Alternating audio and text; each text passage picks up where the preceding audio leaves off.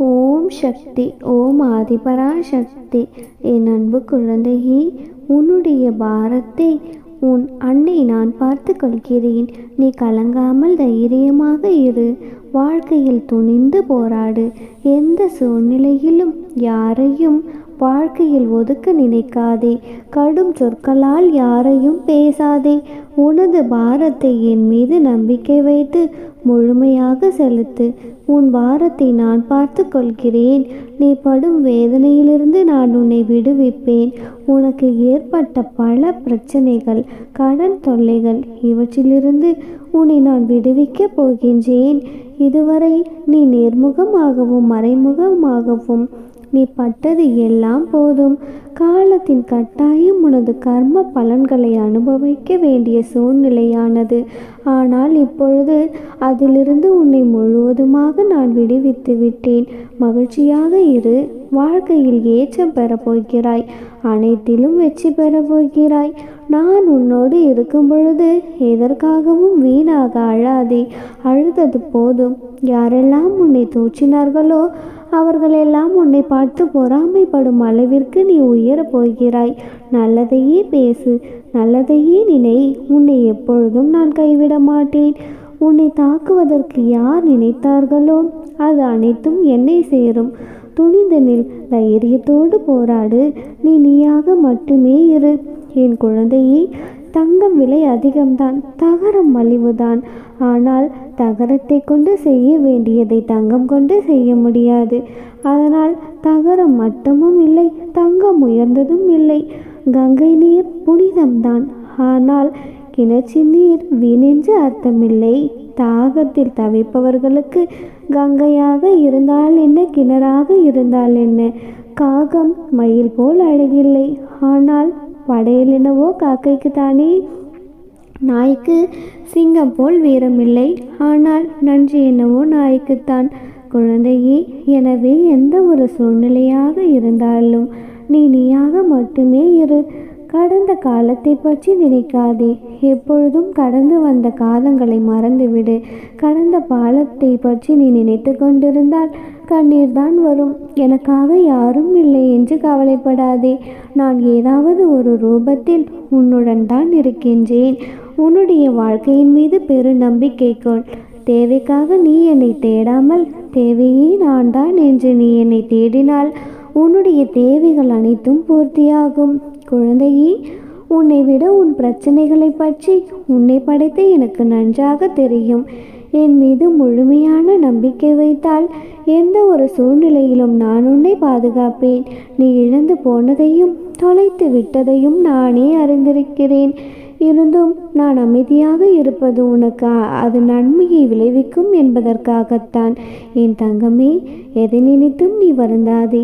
எப்பொழுதும் உனக்கு துணையாக உன் அன்னை நானே இருக்கின்றேன். நீ ஏன் கஷ்டப்பட்டு கொண்டும் கவலைப்பட்டு கொண்டும் இருக்கின்றாய்? உன்னுடைய அத்தனை வேண்டுதல்களையும் நானே நிறைவேற்றி தரப்போகிறேன். தங்கமே, இதுவரை நீ பட்ட கஷ்டங்கள் எல்லாம் போதும். தங்கமே, நீ மகிழ்ச்சியின் பாதையில் சந்தோஷமாக துள்ளி குதிக்கப் போகிறாய். உன் வாழ்க்கை அழகிய பொற்காலங்களாக வசந்தம் நிறைந்ததாக மாறப்போகிறது.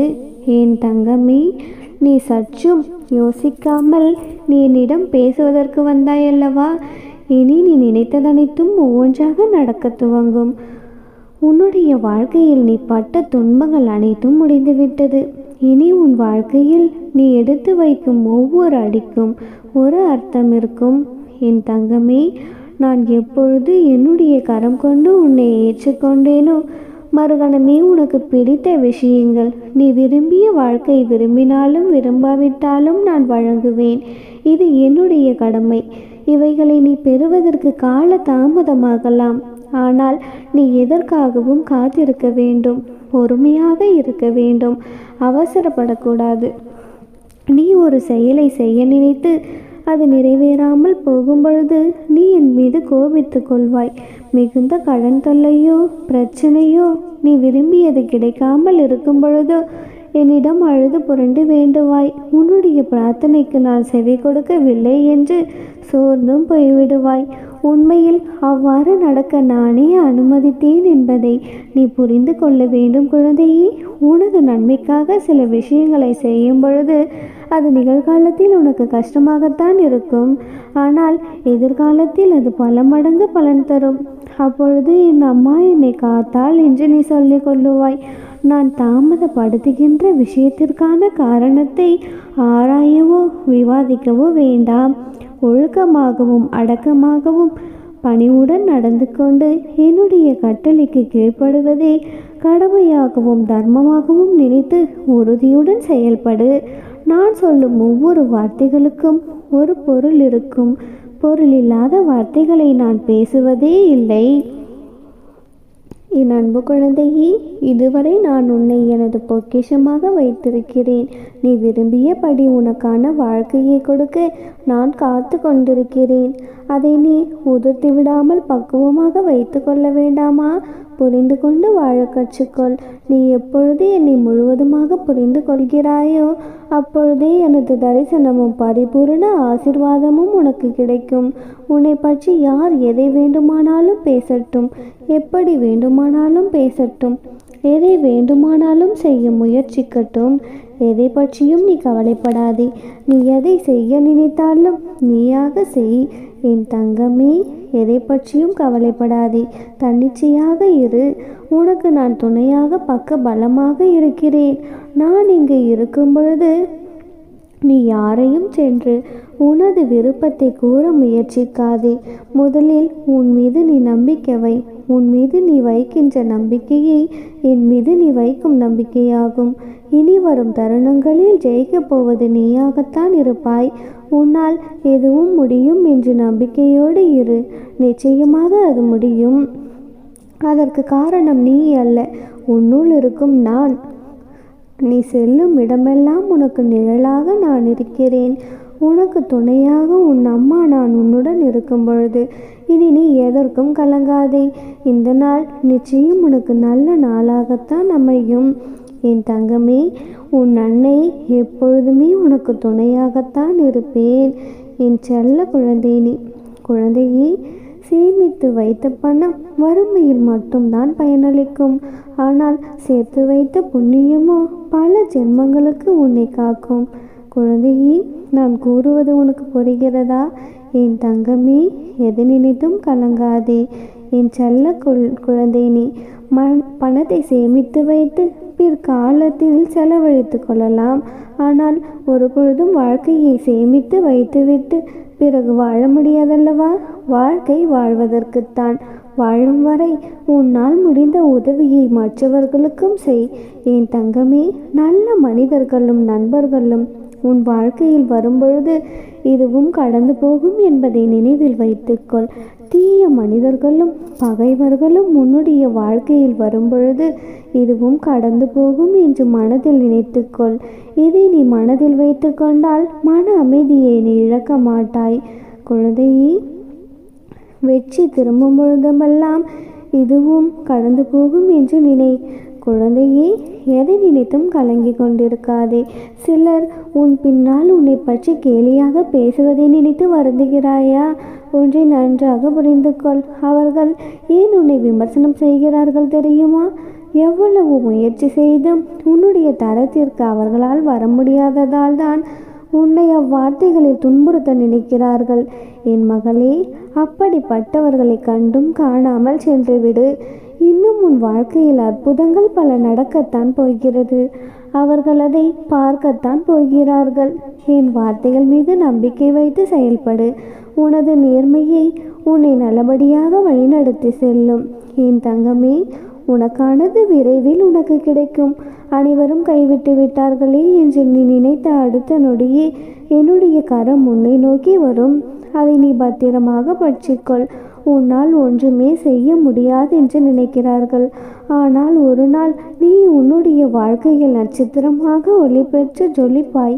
அப்பொழுது உன்னுடைய மகிழ்ச்சி மட்டுமே துணையிருக்கும். அப்பொழுது நீ எதிர்பார்த்த அனைவரும் உன்னை தானாக தேடி வருவார்கள். நீ எதிர்பார்த்த அந்த நல்ல செய்தியும் உன்னை தேடி வரும். அன்று நீ மகிழ்ச்சியாக இருப்பாய். இனி உன் வாழ்க்கையில் நல்லது மட்டுமே நடக்கும்.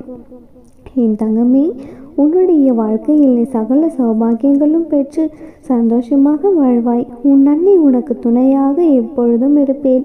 அம்மனருளால் இந்த நாள் அழகிய நாளாக நிறைவடையட்டும். ஓம் சக்தி. ஓம் ஆதிபராசக்தி. ஓம் சக்தி. ஓம் ஆதிபராசக்தி. ஓம் சக்தி. ஓம் ஆதிபராசக்தி. என் அன்பு குழந்தையே, நீ கேட்ட எதையும் நான் உனக்கு செய்து கொடுக்கவில்லை என்று என் மீது கோபமாக இருக்கின்றாயா? இன்னும் 24 மணி நேரத்தில் உன்னுடைய இந்த நிலைமை மாறப்போகிறது. உன் தாயான என்னை நீ நம்பினால் இதை பொறுமையாகவும் முழுமையாகவும் சற்று கவனமாகவும் கேள் தங்கமே. தினம் தினம் எனக்கு மட்டும் ஏன் இப்படி இக்கட்டான சூழ்நிலை? என்னுடைய தினசரி தேவைகளை பூர்த்தி செய்யக்கூட மிகவும் கடினமான நிலையில் உள்ளேன் என்ற உன்னுடைய இந்த குரல் எனக்கு நன்றாக கேட்கிறது தங்கமே. கவலை கொள்ளாதே. எப்படி இயற்கையின் பருவநிலை மாற்றம் 4 விதமாக இருக்கிறதோ அதே போல மனிதனின் வாழ்க்கையும் ஏற்றம், நடுநிலை, இரக்கம் எல்லாம் இழந்து நிற்கும் காலம் என 4 நிலைகளிலும் மனிதன் தன் வாழ்க்கையை கடந்துதான் ஆக வேண்டும். இதைத்தான் இயற்கைதான் வாழ்க்கை. இயற்கையால் விதிக்கப்பட்ட எல்லா சூழ்நிலைகளும் மனித வாழ்க்கைக்கு பொருந்தும் என்கிறார்கள். அதனால் மனித வாழ்வு இயற்கையை சார்ந்ததுதான். அந்த சக்கரத்தில்தான் நீ இப்பொழுது வாழ்ந்து கொண்டிருக்கிறாய். என் தங்கமே, வாழ்க்கை என்பது இயற்கையான வட்டம். அதன் வழியில் எந்த மாற்றமும் இருக்காது. நிர்ணயிக்கப்பட்ட விதிமுறைகள். அதற்கு எல்லோரும் ஒன்றுதான். யாரிடமும் அதற்கு வேறுபாடு கிடையாது. இந்த சூழ்நிலையை தனக்கான பாடமாய் எடுத்துக்கொண்டு எல்லா சூழலுக்கும் பழகி கொள்ள வேண்டும். உன்னை ஏளனமாக பார்க்கிறார்கள் என்று நீ கவலைப்பட்டு கொண்டு இருக்காதே. அடுத்தவர்கள் உன்னை பார்த்து சிரிக்கிறார்கள், கேலி செய்கிறார்கள், கிண்டல் செய்கிறார்கள். நான் நினைத்தது எதுவும் எனக்கு நடக்கவில்லை, யாரும் என்னை மதிப்பதில்லை என்று மற்றவர்களை நினைத்து நீ கவலைப்பட்டு கொண்டிருக்காதே. உன்னை ஏளனமாக பார்த்து சிரித்தவர்கள் முன்னிலையில் கொடியாய் நீ உயர்ந்து நிற்கப் போகிறாய். உன்னை தாங்கும் கம்பாக நான் என் உயிராய் என்றும் நீ என்னிடத்தில் என் பிள்ளையாக வாழ்வாய். நீ என் பரிபூர்ண அருளும் ஆசீர்வாதங்களும் அன்பும் முழுமையாக பெற்ற என்னுடைய பிள்ளை. உன்னை நான் நிச்சயம் அனைத்து ஆபத்துகளிலிருந்தும் காப்பாற்றி சந்தோஷமாக வாழ வைக்கப் போகிறேன். நிரந்தரமான இன்பமும் இல்லை, நிரந்தரமான துன்பமும் இல்லை. அதனால் எப்பொழுதும் சிரித்த முகத்தோடு வாழ்க்கையை வாழ பழகிக்கொள். எத்தனை சோதனைகள் வந்தாலும் என் அம்மா என்னை கைவிட மாட்டாள் என்று நம்பிக்கையே உனது தைரியமாக இருக்க வேண்டும். நிம்மதியான வாழ்க்கை என்பது ஓடி ஓடி சம்பாதித்து ஆடம்பர வாழ்க்கை வாழ்வதில்லை. இருப்பதை வைத்து நோய் நொடி இல்லாமல் வாழ்வதுதான் நிம்மதியான வாழ்க்கை என்பதை மட்டும் நினைவில் வைத்துக்கொள். நீ என்னதான் வேண்டும் என்று வாதாடினாலும் நடக்க வேண்டிய நேரத்தில்தான் அனைத்து விஷயங்களும் உன்னுடைய வாழ்க்கையில் நடக்கும். அதுவரை நீ பொறுமையாக இருந்துதான் ஆக வேண்டும். என்னுடைய நாமத்தை உச்சரித்து கொண்டு எனக்கான பூஜையை செய்து கொண்டிரு. அனைத்தும் உனக்கு நல்லதாகவே நடக்கும். இன்னும் 24 மணி நேரத்தில் உன்னுடைய வாழ்க்கையில் ஒரு மாற்றம் ஏற்படும். அப்பொழுது என்னுடைய அருமையை நீ புரிந்து கொண்டு எனக்கு நன்றி சொல்வதற்காக என் சன்னிதானத்திற்கு முன்பு வந்து ஆனந்த கண்ணீரோடு நன்றி கூறப் போகிறாய். கவலை கொள்ளாதே தங்கமே, உனக்கு நல்லதே நடக்கும். நானே உனக்கு துணையாக, நீ போகும் இடமெல்லாம் உனக்கு நிழலாக உன் பின்னேயே வருவேன். எப்பொழுதும் உனக்கு நல்லதையே நடத்தி கொடுப்பேன். ஓம் சக்தி பராசக்தி. ஓம் சக்தி பராசக்தி.